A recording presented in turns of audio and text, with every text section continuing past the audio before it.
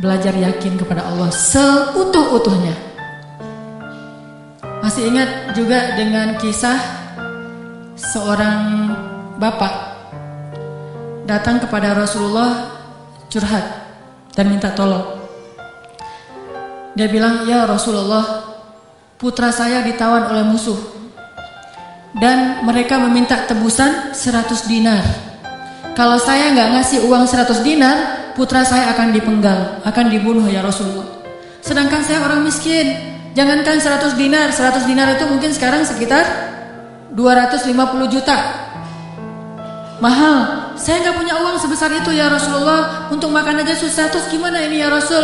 Waktu itu Rasulullah juga nggak punya apa-apa untuk diberi. Sahabat-sahabat banyak yang keluar negeri untuk berdakwah, sehingga orang-orang kaya kayak Utsman, Abdurrahman lagi nggak ada. Terus nolongnya gimana nih? Nabi kasih satu zikir.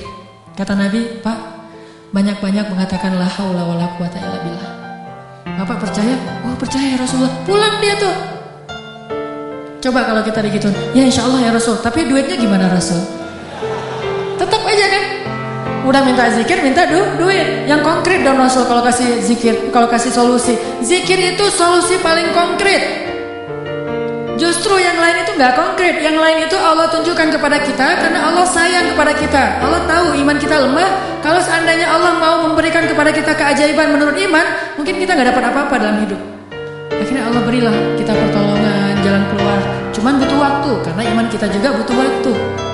Kita taubat aja butuh waktu, ya. Untuk hijrah aja butuh waktu. Untuk taubat butuh waktu. Mau sholat aja minta tambahan waktu. Udah azan, jangan sekarang deh, ntar lagi. Gimana kita mau dapat pertolongan Allah yang sekarang? Fair gak sih kalau Allah mengatakan, "Oh bentar lagi ya hambaku, orang kamu juga barusan sholatnya juga bentar lagi." Allah kasih tuh. Begitu Nabi bilang, ucapkan banyak-banyak membaca la haula wala quwata illa billah. Dia yakin langsung mengatakan, "Oh ya insya Allah, yakin gitu akan terjadi keajaiban." Bukan, "Ya ada Utsman gak Rasul?" Enggak. "Abdurrahman bin Auf rumahnya di mana ya?" Enggak nanya-nanya orang kaya, udah aja yakin. Pulang dia tuh. La haula wala quwata illa billah, la haula wala quwata illa billah, la haula. Artinya apa? Tidak ada daya dan upaya dari makhluk. Allah lah yang maha kuasa. Pulang ke rumah, istrinya nungguin. "Pak, gimana?" Udah ketemu Rasulullah. Dapat solusinya, dapat uang pinjaman dari siapa? Enggak. Terus gimana? Nabi ngasih kita solusi yang lebih baik daripada itu. Apa? Ucapkanlah la haula wala quwata illa billah. Istrinya nggak protes, langsung bilang, "Oh ya, langsung la haula wala quwata illa billah." Berdua tuh la haula wala quwata illa billah. Nggak ada, ya kirain duit 100 dinar. Nggak sama sekali, yakin. Begitu malam, sepanjang siang mereka la haula wala quwata illa billah. Malam hari tiba-tiba putranya pulang. Nggak sendiri, bawa ternak, bawa kambing banyak tuh, domba dibawa. Ada ratusan ekor domba dia bawa pulang. Di luar orang apa nih apa? Ada domba, siapa? Oh putra kita, Masya Allah. Pelukan, kangen gitu ya. "Kamu gimana bisa selamat?" Kata putranya, "Wahai ayah, ada keajaiban. Tadi tiba-tiba ketika saya sedang diikat dan besok mau dipenggal, pengawal-pengawal saya itu tiba-tiba pada ngantuk, tertidur. Dan tiba-tiba ikatan saya menjadi longgar sehingga saya bisa melepaskan diri. Dan bahkan ketika saya mau pergi, saya kepikiran kenapa saya nggak bawa domba-domba aja sebagai ghanimah. Domba 100 ekor, kira-kira berisik nggak sih? 100 ekor domba berisik nggak? Berisik kan? Berisik banget kan? Tapi seberisik itu orang yang ngawal dia tuh nggak bangun loh. Allah udah tutup telinga dan penglihatan mereka. Mereka nggak bangun sama sekali di bawah. Dan untuk ngumpulin domba 100 ekor, kira-kira butuh berapa jam? Itu bukan kerjaan yang gampang. Ngumpulin 100 ekor, digiring ke satu arah, udah gitu berisik lagi. Ada yang domba yang lari ke sana, ditarik lagi. Namanya domba kan? Domba-domba yang tersesat gitu deh.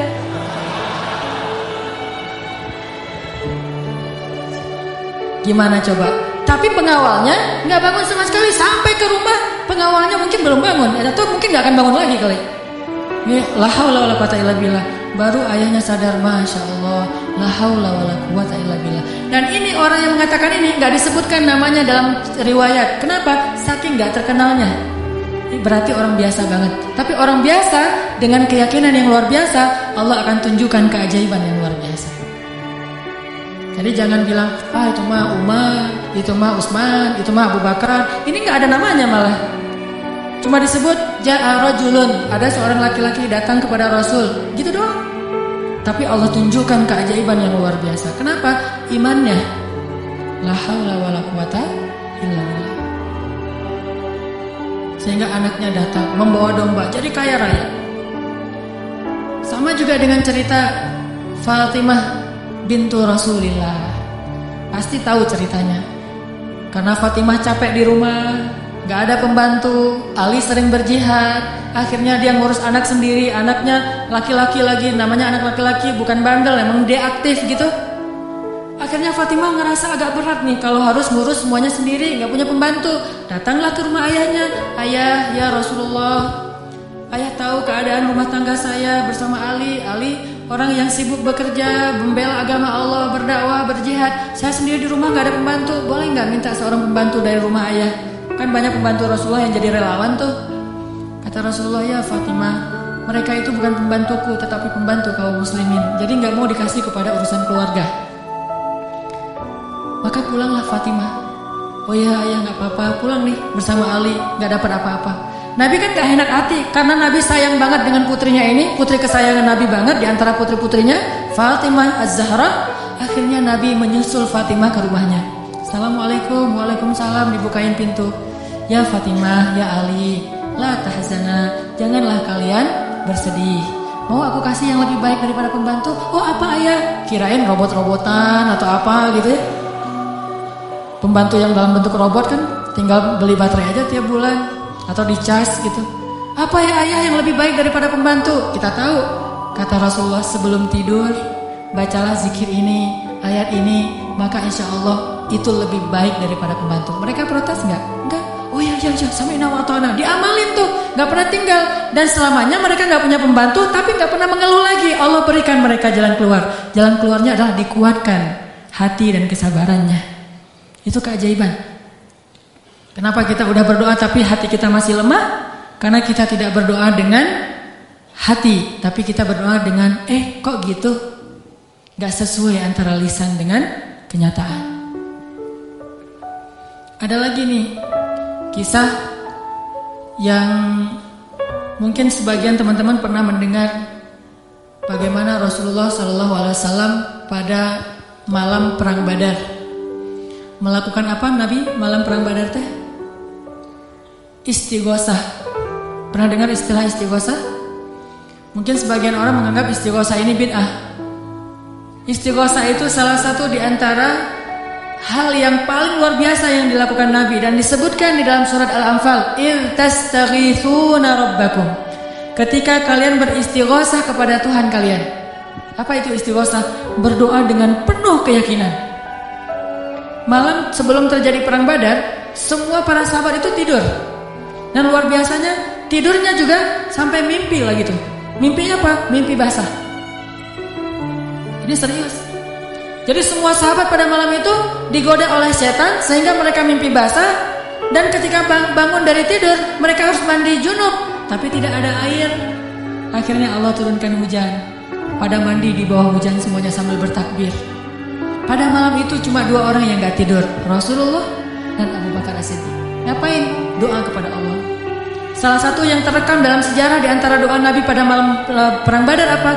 Ya Allah, seandainya besok kami semuanya terbunuh, maka saya khawatir tidak ada lagi orang yang menyebut namamu di muka bumi. Tolonglah hamba-hambamu ini ya Allah. Terus berdoa dan mengangkat tangannya tuh gak gini, tapi ngangkat tangannya tuh gini. Berdoa dengan mengangkat tangan setinggi itu. Rabbi gitu. Terus berdoa kayak gitu sampai syal Nabi jatuh, ditaruh lagi oleh Abu Bakar, jatuh dan menangis sampai basah janggutnya Rasulullah SAW yang mulia. Kemudian Abu Bakar yang sedih mengatakan, ya Rasulullah, hasbuk, cukup ya Rasulullah, Allah sudah mendengar doamu, cukup. Nabi nggak cukup, terus saja berdoa. Apa yang terjadi besok? Allah utus malaikat ribuan untuk menolong Rasulullah dan para sahabat. Dan kita lihat hasil perang Badar. Bukan karena dia Rasulullah, tetapi karena imannya adalah imannya seorang Rasulullah. Kalau kita punya iman minimal dekat atau mirip dengan imannya seorang Nabi, Allah akan tunjukkan mukjizat yang mirip dengan seorang Nabi yang disebut dengan karomah. Itulah keajaiban. Jadi bukan mustahil. Kalau kita tidak pernah melihat keajaiban, itu pasti karena kita masih belum selaras antara lisan dengan hati kita. Masih ingat kalimat Nabi ditodong dengan pedang, dihunuskan pedang, lagi istirahat di bawah pohon. Nabi lagi istirahat nih. Tiba-tiba datang orang Badui, orang kafir, menghunuskan pedang di leher Nabi. Dan itu benar-benar mau membunuh Nabi. Nabi seorang diri, sahabat jauh. Terus laki-laki itu mengatakan, "Ya Muhammad, sekarang kamu sendiri. Kalau saya akan membunuh kamu sekarang, siapa yang bisa menolong kamu?" Rasulullah dengan tenang dan mantap mengatakan, "Allah." Kalimat Allah itu membuat laki-laki tadi gemetar dan jatuh pedangnya. Coba, ini kalimat Allah kayak gimana? Coba kita ucapkan Allah, ada yang gemetar nggak? Allah. Apaan? Nggak dengar? Biasa aja. Jadi kalau ada musuh, misalnya kita lagi marahan nih di jalan, ada orang yang marah, pengen ngancam kita, Allahu Akbar, dia langsung gemetar gitu, langsung tunduk, langsung nggak bisa berdiri. Berarti ini Allahu Akbar kita ini udah benar-benar powerful. Tapi kenyataannya kan nggak pernah kan? Kita bilang Allah terus orang gemetar gara-gara kata-kata kita. Rasul bisa kayak gitu loh. Jadi kalimatnya sama yang kita ucapkan dengan yang Rasulullah ucapkan, tetapi hatinya beda. Nabi mengatakan, Allah, gemetar tangannya, jatuh pedangnya, diambil oleh Nabi, dihunuskan ke leher orang itu. Nabi bertanya, "Sekarang kalau saya mau membunuh kamu, siapa yang menolong kamu?" Kata dia, "Engkau wahai Muhammad, cuma engkau yang bisa menolong saya dan menyelamatkan saya." Akhirnya Nabi membiarkan dia pulang, dan dia akhirnya pulang dalam keadaan selamat dan menyebarkan agama.